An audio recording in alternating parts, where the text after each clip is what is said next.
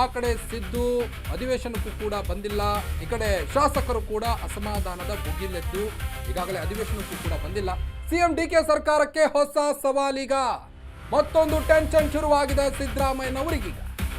ಸಿದ್ದರಾಮಯ್ಯ ಅವರು ಅಸಮಾಧಾನದ ಶಮನವಾಗಿಲ್ಲ. ಸಿದ್ದರಾಮಯ್ಯನವರು 11 ದಿನಗಳಿಂದ ಮೌನ ವ್ರತಧಾರಿ ಸಿದ್ದರಾಮಯ್ಯನವರಾಗಿದ್ದಾರೆ.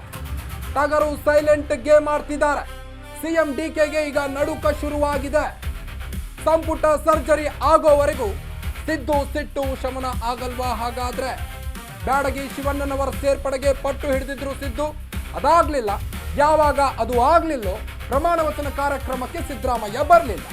ಇದೀಗ ಡಿಕೆ ಶಿವಕುಮಾರ್ ಅವರು ಸಿಎಂ ಆದ ನಂತರದಲ್ಲಿ ಆದಂತ ಮೊದಲ ಅಧಿವೇಶನ ಇದೀಗ. ಆದ್ರೆ ಸಿದ್ದರಾಮಯ್ಯ ಅದಕ್ಕೆ ಗೈರಾಗಿದ್ದಾರೆ. ಅಧಿವೇಶನದಲ್ಲಿ ಸಿದ್ದರಾಮಯ್ಯ ಭಾಗಿಯಾಗುವುದೇ ಅನುಮಾನ ವ್ಯಕ್ತವಾಗ್ತಾ ಇದೆ. ಈಗ ಸಿದ್ದರಾಮಯ್ಯ ಇಲ್ಲದೆ ಅಧಿವೇಶನ ಹೇಗೆ ಎದುರಿಸ್ತಾರೆ ಹಾಗಾದ್ರೆ ಡಿಕೆ ಶಿವಕುಮಾರ್ ಅನ್ನೋದು ಸದ್ಯದ ಕುತೂಹಲ. ಸಿದ್ದು ಗೈರಲ್ಲಿ ವಿಧಾನಮಂಡಲ ಅಧಿವೇಶನ ನಡೀತಾ ಇದೆ. ಕೆಲವೊಂದು ಕಡೆ ವಿಜಯನಗರದ ಶಾಸಕರಾಗಿದ್ದಂಥ ಪ್ರಿಯಾ ಕೃಷ್ಣ ಹಾಗೂ ಎಂ ಕೃಷ್ಣಪ್ಪ ಅವರು ಕೂಡ ಈ ಒಂದು ಅಧಿವೇಶನಕ್ಕೆ ಬಂದಿಲ್ಲ. ಸಿದ್ದರಾಮಯ್ಯನವರು ಕೂಡ ಈಗ ಗೈರಾಗಿದ್ದಾರೆ. ಸಿದ್ದರಾಮಯ್ಯ ಇಲ್ಲದೆ ಅಧಿವೇಶನ ನಡೀತಾ ಇದೆ. ಒಂದು ಟೈಮಲ್ಲಿ ವಿರೋಧ ಪಕ್ಷದ ನಾಯಕರಾಗಿದ್ದಂಥ ಟೈಮಲ್ಲಿ ಸಿದ್ದರಾಮಯ್ಯನವರು ಅಧಿವೇಶನದಲ್ಲಿ ಅಬ್ಬರಿಸಿ ಬೊಬ್ಬಿರಿತಿದ್ರು.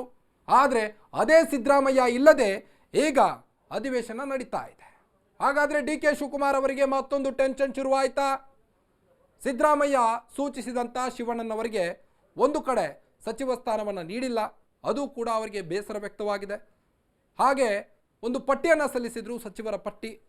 ಆದರೆ ಆ ಪಟ್ಟಿಯಲ್ಲಿ 13 ಜನಕ್ಕೆ ನೀಡಬೇಕಾಗಿತ್ತು, 8 ಜನಕ್ಕೆ ಸಚಿವ ಸ್ಥಾನ ನೀಡಲಾಯಿತು ಸಿದ್ದು ಕೊಟ್ಟಂಥ ಪಟ್ಟಿಯಲ್ಲಿ. ಆದ್ರೀಗ ಇವೆಲ್ಲವೂ ಒಂದು ಕಡೆ ಸಿದ್ದರಾಮಯ್ಯನವರಿಗೆ ಬೇಸರ ತಂತ ಅನ್ನೋದು ಕೆಲವೊಂದು ಕಡೆ ಈಗಾಗಲೇ ಪ್ರಶ್ನೆ ಎದ್ದಿದೆ.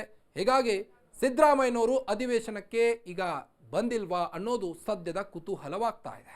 ಆ ಕಡೆ ಸಿದ್ದು ಚಕ್ಕರ್ ಕೊಡ್ತಾ ಇದ್ರೆ, ಈ ಕಡೆ ಯತೀಂದ್ರಗೆ ಒಂದು ಕಡೆ ಪವರ್ ಜಾಸ್ತಿ ಆಗಿದೆ.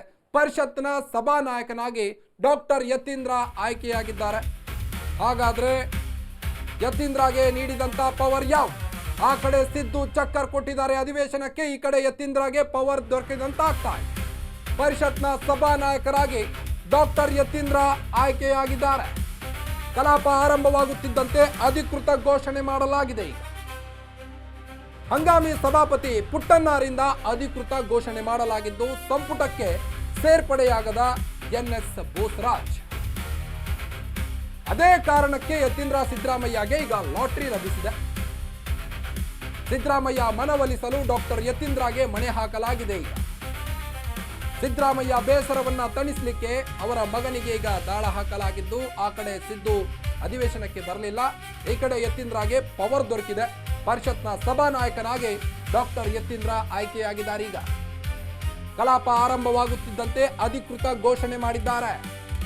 ಡಿ ಕೆ ಶಿವಕುಮಾರ್ ಅವರು ಎಲ್ಲೋ ಒಂದು ಕಡೆ ಅವರ ಮನವೊಲಿಸಲಿಕ್ಕೆ ಮುಂದಾದ್ರ, ಹಾಗಾದ್ರೆ ಸಿದ್ದರಾಮಯ್ಯನವರ ಮನವೊಲಿಸಲಿಕ್ಕೆ ಡಿ ಕೆ ಶಿವಕುಮಾರ್ ಅವರು ಸರ್ಕಸ್ ಮಾಡ್ತಾ ಇದ್ದಾರೆ. ಈಗ ಸಂಪುಟಕ್ಕೆ ಸೇರ್ಪಡೆಯಾಗದಂತ ಎನ್ಎಸ್ ಬೋಸರಾಜ್ ಬದಲಿಗೆ ಯತೀಂದ್ರ ಸಿದ್ದರಾಮಯ್ಯಗೆ ಈಗ ಲಾಟರಿ ದೊರಕಿದೆ.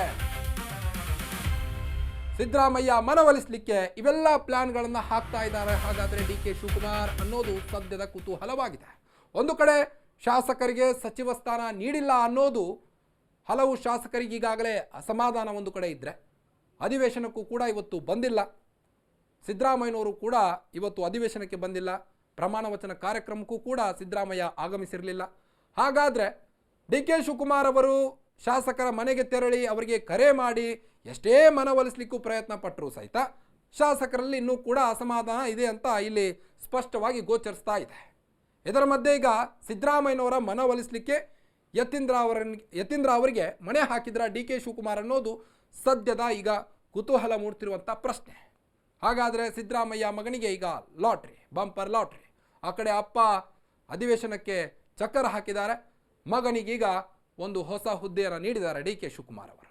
ಸಿದ್ದರಾಮಯ್ಯ ಮನವೊಲಿಸಲಿಕ್ಕೆ ಇವೆಲ್ಲ ಪ್ಲಾನ್ ಮಾಡಿಕೊಂಡ್ರ ಹಾಗಾದರೆ ಡಿ ಕೆ ಶಿವಕುಮಾರ್. ಇನ್ನು ಸಚಿವರಿಗೆ ಖಾತೆ ನೀಡುವಲ್ಲೂ ಕೂಡ ಸಾಕಷ್ಟು ಸರ್ಕಸ್ ಆಯಿತು. ಅದರ ಮಧ್ಯೆ ಸಚಿವರು ಕೂಡ ನಮ್ಗೆ ಆ ಹುದ್ದೆ ಬೇಕು, ಈ ಹುದ್ದೆ ಬೇಕು ಅಂತ ಕೆಲವೊಂದು ಕಡೆ ಸರ್ಕಸ್ ಮಾಡಿದರು. ಇದೆಲ್ಲದರ ಮಧ್ಯೆ ಇಲಾಖಾವಾರು ಸಚಿವರಿಗೆ ಹಂಚಿಕೆ ಮಾಡಲಾಯಿತು. ಆದರೆ ಈಗ ಮತ್ತೊಂದು ಕಡೆ ಸಿದ್ದರಾಮಯ್ಯನವರ ಮನವೊಲಿಸಲಿಕ್ಕೆ ಈಗ ಡಿ ಕೆ ಶಿವಕುಮಾರ್ ಅವರು ಮುಂದಾಗಿದ್ದಾರೆ. ಇನ್ನು ವಿಧಾನ ಪರಿಷತ್ ಸಭಾ ನಾಯಕ ಡಾಕ್ಟರ್ ಯತೀಂದ್ರ ಸಿದ್ದರಾಮಯ್ಯರನ್ನ ನಮ್ಮ ಪ್ರತಿನಿಧಿ ಜೀವನ್ ಗೌಡ ಅವರು ಮಾತನಾಡಿಸಿದ್ದಾರೆ. ಹಾಗಾದರೆ ಯತೀಂದ್ರ ಸಿದ್ದರಾಮಯ್ಯನವರು ಏನು ಪ್ರತಿಕ್ರಿಯೆ ಕೊಟ್ಟಿದ್ದಾರೆ ನೋಡೋಣ ಬನ್ನಿ. ಸರ್, ಮೊದಲ ಬಾರಿಗೆ ಸಚಿವರಾಗಿದ್ದೀರಿ, ಇನ್ನು ಸಭಾನಾಯಕರಾಗಿ ಒಂದು ಅಧಿವೇಶನವನ್ನು ಎದುರಿಸಲಿಕ್ಕೆ ಹೊರಟಿದ್ದೀರಿ ಸರ್, ಹೇಗೆ ಸಿದ್ಧತೆ ಸರ್? ನಾನು ಮೊದಲನೇ ಬಾರಿ ವಿಧಾನ ಪರಿಷತ್ತಿನ ಶಾಸಕನಾಗಿ ಮಂತ್ರಿಯಾಗಿ ಆಗಿರಬೇಕಾದ್ರೆ ಸಭಾನಾಯಕನು ಕೂಡ ಆಗುವಂಥ ಒಂದು ಪರಿಸ್ಥಿತಿ ನಿರ್ಮಾಣ ಆಗಿದೆ. ಯಾಕೆಂದರೆ ಪರಿಷತ್ನಲ್ಲಿ ಯಾರು ಸಚಿವರಾಗಿರ್ತಾರೆ ಅವರೇ ಆಟೋಮೆಟಿಕ್ಕಾಗಿ ಸಭಾನಾಯಕರಾಗ್ತಾರೆ. ಕೌನ್ಸಿಲ್ನಲ್ಲಿ ನನ್ನನ್ನು ಬಿಟ್ಟರೆ ಬೇರೆ ಯಾರು ಸಚಿವರು ಇಲ್ಲದೇ ಇರೋದ್ರಿಂದ ನಾನೇ ಸಭಾನಾಯಕ ಆಗಿಬಿಟ್ಟಿದ್ದೇನೆ. ಹೆಚ್ಚು ಅನುಭವ ಇಲ್ಲದೇ ಇದ್ದರೂ ಕೂಡ ನಮ್ಮ ಪರಿಷತ್ನಲ್ಲಿರುವಂತಹ ಹಿರಿಯರು ಮತ್ತು ಅನುಭವಿ ಸದಸ್ಯರಿದ್ದಾರೆ, ಅವರ ಒಂದು ಮಾರ್ಗದರ್ಶನ ಸಹಕಾರದೊಂದಿಗೆ ಈ ಹುದ್ದೆಯನ್ನು ಸಮರ್ಥವಾಗಿ ನಿಭಾಯಿಸ್ತೀನಿ ಅನ್ನೋ ನಂಬಿಕೆ ಇದೆ. ಸರ್, ಇನ್ನು ವಿಪಕ್ಷಗಳು ಕೆಲವೊಂದಿಷ್ಟು ಸರ್ಕಾರವನ್ನು ಕಟ್ಟಾಕಬೇಕು ಅನ್ನೋ ನಿಟ್ಟಿನಲ್ಲಿ ಒಂದು ಹೋರಾಟಗಳು ಕೈಗೊಂಡಿದ್ದಾರೆ. ಈ ಒಂದು ವಿಚಾರವಾಗಿ ಏನೆಲ್ಲ ಸಿದ್ಧತೆಗಳಾಗಿದೆ ಸರ್? ಈಗಾಗಲೇ ನಿನ್ನೆ ಮುಖ್ಯಮಂತ್ರಿಗಳು ನಾವು ಅಸೆಂಬ್ಲಿನ ಹೇಗೆ ಎದುರಿಸಬೇಕು ಅಂತ ಹೇಳಿ ಅದಕ್ಕೆ ಅಂತ ಹೇಳಿ ಸಭೆ ಕರೆದು ನಮಗೆಲ್ಲ ಸೂಚನೆ ನಿರ್ದೇಶನಗಳನ್ನು ಕೊಟ್ಟಿದ್ದಾರೆ. ಸರ್ಕಾರ ವಿರೋಧ ಪಕ್ಷದವ್ರು ತರ್ತಿರುವಂಥ ವಿಚಾರಗಳಲ್ಲಿ ಎಲ್ಲೂ ಕೂಡ ನಾವೇನೂ ತಪ್ಪು ಮಾಡಿಲ್ಲ. ಸೊ ಹಾಗಾಗಿ ನಮಗೇನು ಭಯ ಇಲ್ಲ. ಯಾವುದೇ ವಿಚಾರಗಳು ತಂದರೂ ಕೂಡ ನಾವು ಅದನ್ನು ಸಮರ್ಥವಾಗಿದೆ. ಸರ್, ಇನ್ನು ತಂದೆಯವರ ಮಾರ್ಗದರ್ಶನ ಬಹುಮುಖ್ಯವಾಗುತ್ತೆ ಸರ್. ತಂದೆಯವರೇ ಮಾಜಿ CM ಆಗಿರುವಂಥವ್ರೀಗ ಸದ್ಯ ಇವರ ಮಾರ್ಗದರ್ಶನ ಹೇಗಿತ್ತು ಸರ್ ಈ ಒಂದು ಅಧಿವೇಶನಕ್ಕೆ? ಅವ್ರು ಜನರಲ್ ಆಗಿ ಅವರು ನನಗೆ ಸಲಹೆಗಳನ್ನು ಕೊಡ್ತಾರೆ ಅಷ್ಟೇ, ಪಾರ್ಲಿಮೆಂಟ್ ಅಫೇರ್ಸ್ ಹೇಗೆ ನಾವು ನಡೆಸಬೇಕು ಅಂತ ಹೇಳಿ. ಆದರೆ ಪ್ರತಿಯೊಂದು ವಿಷಯಕ್ಕೂ ಹೀಗೆ ಸಿದ್ಧತೆ ಮಾಡ್ಕೋಬೇಕು ಅಂತ ಅವ್ರು ಕೂತ್ಕೊಂಡು ಹೇಳ್ಕೊಡೋಕ್ಕಾಗೋದಿಲ್ಲ. ಸೊ ಅದನ್ನೆಲ್ಲ ನಾವೇ ಮಾಡಬೇಕು, ಸ್ವಂತವಾಗಿ ಕಲಿಬೇಕು, ಅದನ್ನು ಮಾಡ್ತೇನೆ. Thank you sir. ಇದಿಷ್ಟು ಯತೀಂದ್ರ ಸಿದ್ದರಾಮಯ್ಯ ಅವರ ಮಾತಾಗಿರುವಂಥದ್ದು. ಯತೀಂದ್ರ ಸಿದ್ದರಾಮಯ್ಯ ಅವ್ರನ್ನ ಮಾತಾಡ್ಸೋಣ. ಸರ್, ಮೊದಲ ಬಾರಿಗೆ ಸಚಿವರಾಗಿದ್ದೀರಿ, ಇನ್ನು ಸಭಾನಾಯಕರಾಗಿ ಒಂದು ಅಧಿವೇಶನವನ್ನು ಎದುರಿಸಲಿಕ್ಕೆ ಹೊರಟಿದ್ದೀರಿ ಸರ್, ಹೇಗೆ ಸಿದ್ಧತೆ ಸರ್? ನಾನು ಮೊದಲನೇ ಬಾರಿ ವಿಧಾನ ಪರಿಷತ್ತಿನ ಶಾಸಕನಾಗಿ ಮಂತ್ರಿಯಾಗಿ ಆಗಿರಬೇಕಾದ್ರೆ ಸಭಾನಾಯಕನು ಕೂಡ ಆಗುವಂಥ ಒಂದು ಪರಿಸ್ಥಿತಿ ನಿರ್ಮಾಣ ಆಗಿದೆ. ಯಾಕೆಂದರೆ ಪರಿಷತ್ನಲ್ಲಿ ಯಾರು ಸಚಿವರಾಗಿರ್ತಾರೆ ಅವರೇ ಆಟೋಮೆಟಿಕ್ಕಾಗಿ ಸಭಾನಾಯಕರಾಗ್ತಾರೆ. ಕೌನ್ಸಿಲ್ನಲ್ಲಿ ನನ್ನನ್ನು ಬಿಟ್ಟರೆ ಬೇರೆ ಯಾರು ಸಚಿವರು ಇಲ್ಲದೇ ಇರೋದ್ರಿಂದ ನಾನೇ ಸಭಾನಾಯಕ ಆಗಿಬಿಟ್ಟಿದ್ದೇನೆ. ಹೆಚ್ಚು ಅನುಭವ ಇಲ್ಲದೇ ಇದ್ದರೂ ಕೂಡ ನಮ್ಮ ಪರಿಷತ್ನಲ್ಲಿರುವಂತಹ ಹಿರಿಯರು ಮತ್ತು ಅನುಭವಿ ಸದಸ್ಯರಿದ್ದಾರೆ, ಅವರ ಒಂದು ಮಾರ್ಗದರ್ಶನ ಸಹಕಾರದೊಂದಿಗೆ ಈ ಹುದ್ದೆಯನ್ನು ಸಮರ್ಥವಾಗಿ ನಿಭಾಯಿಸ್ತೀನಿ ಅನ್ನೋ ನಂಬಿಕೆ ಇದೆ. ಸರ್, ಇನ್ನು ವಿಪಕ್ಷಗಳು ಕೆಲವೊಂದಿಷ್ಟು ಸರ್ಕಾರವನ್ನು ಕಟ್ಟಾಕಬೇಕು ಅನ್ನೋ ನಿಟ್ಟಿನಲ್ಲಿ ಒಂದು ಹೋರಾಟಗಳು ಕೈಗೊಂಡಿದ್ದಾರೆ. ಈ ಒಂದು ವಿಚಾರವಾಗಿ ಏನೆಲ್ಲ ಸಿದ್ಧತೆಗಳಾಗಿದೆ ಸರ್? ಈಗಾಗಲೇ ನಿನ್ನೆ ಮುಖ್ಯಮಂತ್ರಿಗಳು ನಾವು ಅಸೆಂಬ್ಲಿನ ಹೇಗೆ ಎದುರಿಸಬೇಕು ಅಂತ ಹೇಳಿ ಅದಕ್ಕೆ ಅಂತ ಹೇಳಿ ಸಭೆ ಕರೆದು ನಮಗೆಲ್ಲ ಸೂಚನೆ ನಿರ್ದೇಶನಗಳನ್ನು ಕೊಟ್ಟಿದ್ದಾರೆ. ಸರ್ಕಾರ ವಿರೋಧ ಪಕ್ಷದವ್ರು ತರ್ತಿರುವಂಥ ವಿಚಾರಗಳಲ್ಲಿ ಎಲ್ಲೂ ಕೂಡ ನಾವೇನೂ ತಪ್ಪು ಮಾಡಿಲ್ಲ.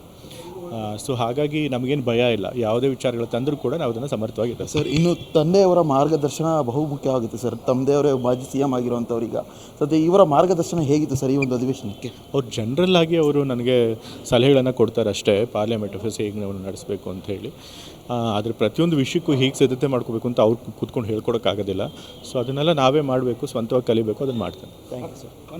ಇದಿಷ್ಟು ಯತೀಂದ್ರ ಸಿದ್ದರಾಮಯ್ಯ ಅವರ ಮಾತಾಗಿರುವಂಥದ್ದು. ಕ್ಯಾಮ್ರಾ ಪರ್ಸನ್ ವಿಶ್ವನಾಥ್ ಜೊತೆ ಜೀವನ್, ಅಶ್ವೇಗ ನ್ಯೂಸ್, ಬೆಂಗಳೂರು.